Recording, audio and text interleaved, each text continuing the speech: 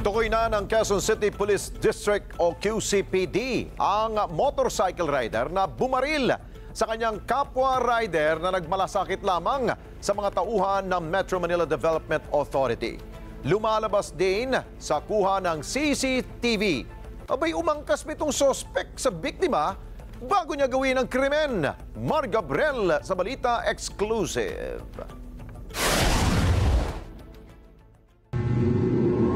Sa kuhang ito ng CCTV, pasado alas 6 ng gabi noong March 14, makikita ang sospek na naglalakad sa harap ng isang subdivision sa Commonwealth Avenue.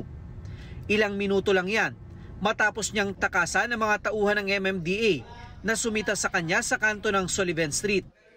Ang biktima na si Wilmer Zara na nagmalasakit na humabol sa sospek, makikitang pumasok sa subdivision sakay ng kanyang motorsiklo.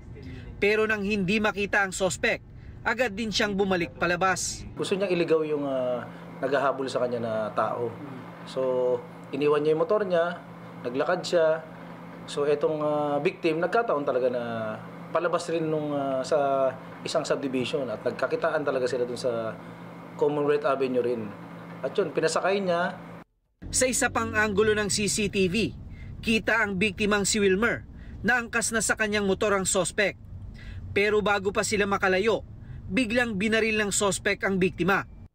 Matapos ito, kitang tinangay ng sospek ang motorsiklo papalayo sa crime scene. Kalaunan, na-recover din ng mga pulis ang motorsiklo ng biktima. Iniwan niya, so lumalabas siguro sa ating investigation na malapit lang rin yung motor na pinag-iwanan niya, yung sariling motor niya. Tingin ko hindi para nakawin yun. Gamit niya lang para lumapit siya sa pinag-iwanan niya ng motor. Yun po yung analysis natin. Ayon sa pulisya, posibleng sa lugar na ito nagkita ang biktima at ang sospek.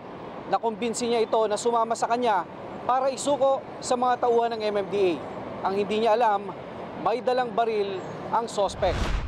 Sa patuloy na backtracking investigation ng mga pulis, nakakuha sila ng CCTV kung saan nakuha na ng mukha ng sospek.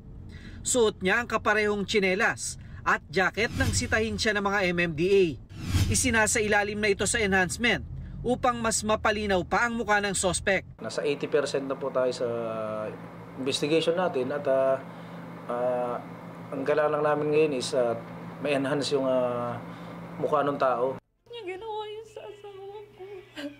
Muli namang naging emosyonal ang asawa ng biktima nang makita ang itsura ng sospek at mabalitaan ang development sa kaso.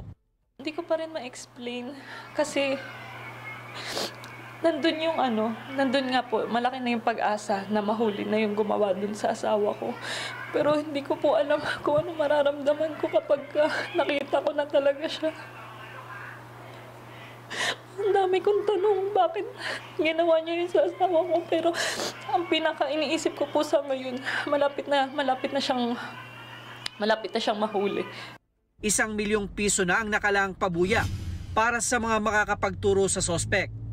500,000 piso ang mula sa MMDA, habang 500,000 piso rin ang mula kay Senator Raffy Tulfo. Kaya naman ang pamilya, lubos ang pasasalamat sa mga taong tumulong sa kanila. Pero ang pinaghahandaan ko po kasi yung pag nailibing na siya, yung pagka hindi na po talaga nila nakikita yung daddy nila. Doon ako nagre-ready sa mga possible na itanong po nila sa akin. Na hindi ko rin naman alam kung ano yung sasagot, pero ayun po yung pinaghahandaan ko. Nakaburo lang labi ng biktima sa kanilang bahay sa Rodriguez, Rizal at nakatakdang ilibing sa araw ng Sabado. Mar Gabriel, para sa Mata ng Agila. Matatag, matapang, matapat.